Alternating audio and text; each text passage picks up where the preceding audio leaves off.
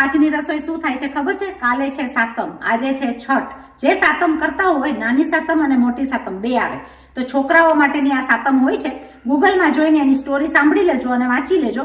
પણ એની માટેની પૂજા એટલે કે આગલા દિવસે તમારે ખાવાનું બનાવવાનું, એકટાણું કરવા માટે એક આખું જમવાનું હોય ને બીજું ફરાળ હોય. તો એ પ્રમાણે તમારે કરે ને તમારા ઘરની રીત હોય એ તમારા વડીલોને પૂછીને આ કરવું બહુ જરૂરી છે. કારણ કે છોકરાઓની રક્ષા કરે શીતળામાં, અને એની પૂજા થાય કુલરથી અને નારિયેળથી. એ બીજે દિવસે સવારના બધું કરીને તમારી જે પૂજા કરવાની હોય એ પ્રમાણે ચૂલાની પૂજા આપણે કરીએ.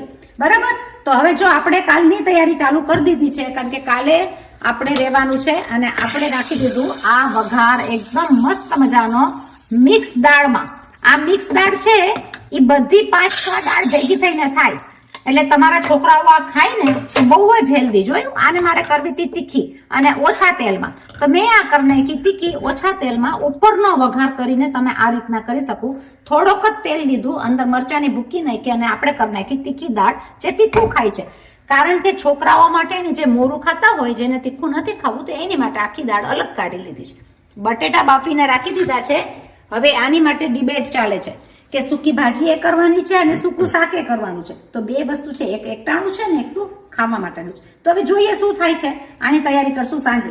પણ યાદ કરાવી દઉં છું કેટલા કરતા કે સાતમ છે તો આજે રસોઈ કરી લેજો, અને કાલે સાતમ રહેતા હોય તો નાની સાતમ રેજો. બરાબર? આગળથી બધાને હેપી શીતળા સાતમ.